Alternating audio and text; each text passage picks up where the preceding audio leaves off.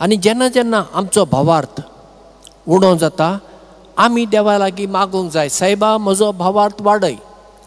आनी देवूच आमचो भावार्थ वाडयतलो. कित्याक भावार्थ, भरवंसो आनी मोग ही तिनूय देणी देवासून येतात.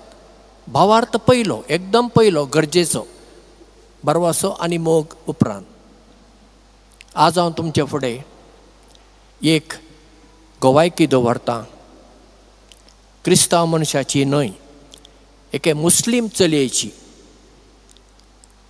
तिचें नांव गुलशन फातिमा. 1952 वर्सां पाकिस्तानांत एका ग्रेस्त शिया फामिलींत तिचो जल्म जालो.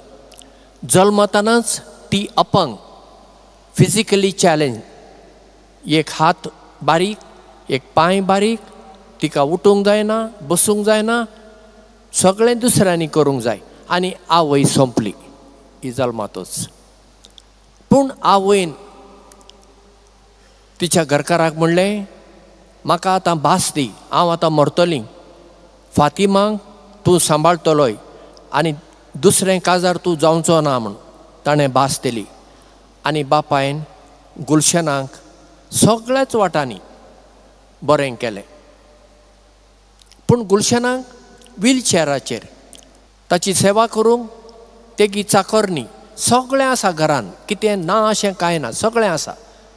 पूण गुलशन दुखी, कित्याक तिका उठूंक जायना, आपणाच्यान कांय करूंक जायना. अशें आसतना तिचो बापूय सोंपलो.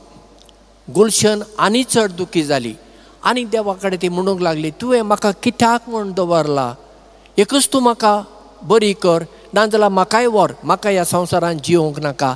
अशें ती सदां देवा कडेन मागताली. दिसाक 5 फावटी नमाज करताली, अल्लाक उलो मारताली, कुरान अरेबीक भाशेंत वाचताली. चडशें तिका तें कांय समजनासलें, पूण ती वाचताली. आनी एक दीस ती इतली निराशेन बुडली, तिणें म्हणलें हांव आतां जीव दितां.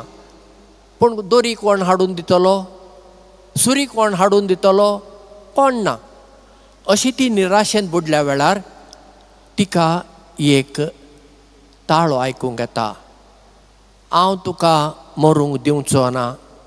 आनी ती अजाप जाता, हांगासर कोण ना, हांव एकटीच आसा ह्या म्हज्या कुडांत. आनी तो ताळो म्हणटा, हांव जेजू